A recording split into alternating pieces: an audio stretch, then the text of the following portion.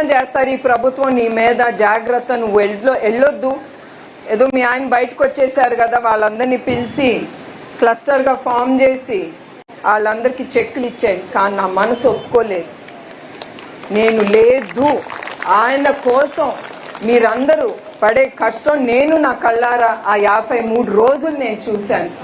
అందుకే నేను నిర్ణయించుకున్నాను, ప్రతి ఇంటికి వెళ్ళి నేను ఓదార్చాలి, నేనున్నానని ఆడాళ్ళకి కానీ ఆ కుటుంబం కానీ నేను భరోసా ఇవ్వాలని నేను నిర్ణయించుకున్నాను.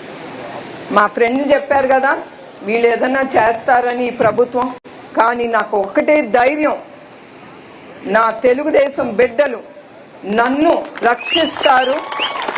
నేను బిడ్డలంటే మీరు నాకు తల్లి, నేను తల్లితో సమానం కదా, మీ ఇంట్లో తల్లిని చూసుకుంటారు కదా, అట్లానే మీరు పెద్ద అయిన భార్యని, నేను నీ తల్లిని మీరు పోగొట్టుకోరు. మీరు ధైర్యంతో ముందుకొచ్చారు. నన్ను ప్రతి రోజు నన్ను కాపాడుతూ ముందుకు తీసుకెళ్లేది మీరందరే. మీ అందరికీ అది నేను మర్చిపోను. మీ అందరికీ పాదాభి వందనాలు. అట్లానే లోకేష్ కూడా ఇప్పుడే చెప్పారు అనురాధ గారు, నేను లోకేష్ని వెళ్ళొద్దన్నాను ఒక తల్లిగా. వెళ్ళొద్దు, వీళ్ళు ఏమన్నా చేస్తారు, నేను అటాక్ చేస్తారు, ఏదన్నా చేస్తారు, వీళ్ళకి ఏం ఉండదు అన్నాను. అన్నప్పుడు ఆయన లోకేష్ ఒకటే చెప్పారు, అమ్మా నేను ఇంట్లో కూర్చున్నా వాళ్ళు ఏమన్నా చేయగలరు, నేను వెళ్తాను, నేను వెళ్ళి మన తెలుగుదేశం పార్టీకి నాకు ఇప్పుడు అవసరం, నేను వెళ్తాను, వాళ్ళే ఉన్నారు నాకు అని. ఇప్పుడు మిమ్మల్ని అందరినీ చూస్తే నేను ఒకటే అనుకున్నాను, సరే అతని ఇష్టమని. ఆ నిర్ణయం కరెక్ట్ అని ఇప్పుడు తెలుస్తుంది. ఇప్పుడు మన ఇంట్లో నుంచి చాలామంది ఇళ్ళ నుంచి సైనికుడు వెళ్తాడు కదండి మన దేశాన్ని కాపాడటానికి. అట్లానే నేను అనుకున్నాను, నా బిడ్డ వెళ్ళని, మన తెలుగుదేశం బిడ్డలు కానీ ఆంధ్రప్రదేశ్కి అతను అవసరం, అతను కాపాడుతాడు ఆంధ్రప్రదేశ్ని. ఎట్లా నాకు మా ఆయన మీద నమ్మకం, అట్లానే మా అబ్బాయి మీద కూడా నాకు అంత నమ్మకం.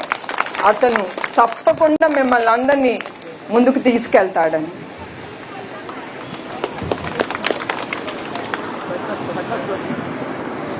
Thank you ma'am. ఇప్పుడు సక్సెస్ స్టోరీ చెప్పాల్సిందిగా వచ్చినాం. ఈ సభకు విచ్చేసిన ప్రతి ఒక్కరికి పేరు పేరున నా హృదయపూర్వక నమస్కారాలు. నారా భువనేశ్వరి గారికి నా యొక్క హృదయపూర్వక నమస్కారాలు. నా పేరు నైషి, నేను ఇక్కడ ఎంబీబీఎస్ స్టూడెంట్ని. నేను ఇక్కడ ఎంబీబీఎస్ చదవగలుగుతున్నానంటే నా యొక్క పునాదీలు గట్టిగా ఉన్నాయని. నా పునాదీలు అంటే నా స్కూలింగ్ ఇక్కడ నేను మోన్ఫోర్ట్ సెంటినరీ స్కూల్లో చేశాను మ్యామ్. అది కూడా సిబిఎస్ ద్వారానే ఆ స్కూల్ వచ్చింది మాకు. అదే నాకు ఇంగ్లీష్ మీడియం స్కూల్లో చదవగలిగాను కాబట్టి నేను ఎంబీబీఎస్ చేయగలుగుతున్నాను. లేకపోతే ఇది నా జీవితంలో నా తల్లిదండ్రుల ఆశయాలుగానే మిగిలిపోయేది. నా యొక్క తల్లిదండ్రులు, ప్రతి ఒక్క తల్లిదండ్రులు ఆలోచించేది పిల్లల భవిష్యత్తు కోసమే. నా యొక్క తల్లిదండ్రులు అలా ఆలోచించగలిగారు కాబట్టి నేను ఇలా ఎంబీబీఎస్ చదవగలుగుతున్నాను. ఇక్కడున్న ప్రతి ఒక్క తల్లిదండ్రులు వాళ్ళ యొక్క పిల్లల భవిష్యత్తు గురించి ఆలోచిస్తే ఖచ్చితంగా నాలాగే మీ యొక్క పిల్లలు కూడా ఎంబీబీఎస్ అనే కాదు ఏ ఒక్క రంగంలో అన్నా ఎదగగలుగుతారు. మంచిగా భవిష్యత్తు, ఈరోజు నేటి బాలురే రేపటి పౌరులు అంటారు. అలాంటిది మీరు మీ యొక్క పిల్లల గురించి ఆలోచించి మన ప్రపంచం, మన దేశం ఎలా ఉండాలి అని ఆలోచించి ఓటేస్తే మనం ముందుకు సాగుతాము. ప్రతి ఒక్కరూ ఈ ఓటు అనేది మనం ఏదో అనుకుంటాం కానీ ఇది చిన్న విషయం కాదు. దయచేసి ప్రతి ఒక్కరు మీ భవిష్యత్తును ఆలోచించి ఓటు వేయండి. నాకున్నది ఫస్ట్ ఓటు మ్యామ్, ఖచ్చితంగా ఇది టీడీపీకి వేస్తాను. నేను ఇక్కడ దట్ ఈస్ గ్రేట్ అమ్మా. 18 ఏళ్ళ తర్వాత ఎవరైనా ఫస్ట్ ఓటు వాళ్ళు వేస్తారు. మీ వేసే ఆ ఓటు చాలా విలువైనది మీ భవిష్యత్తుది.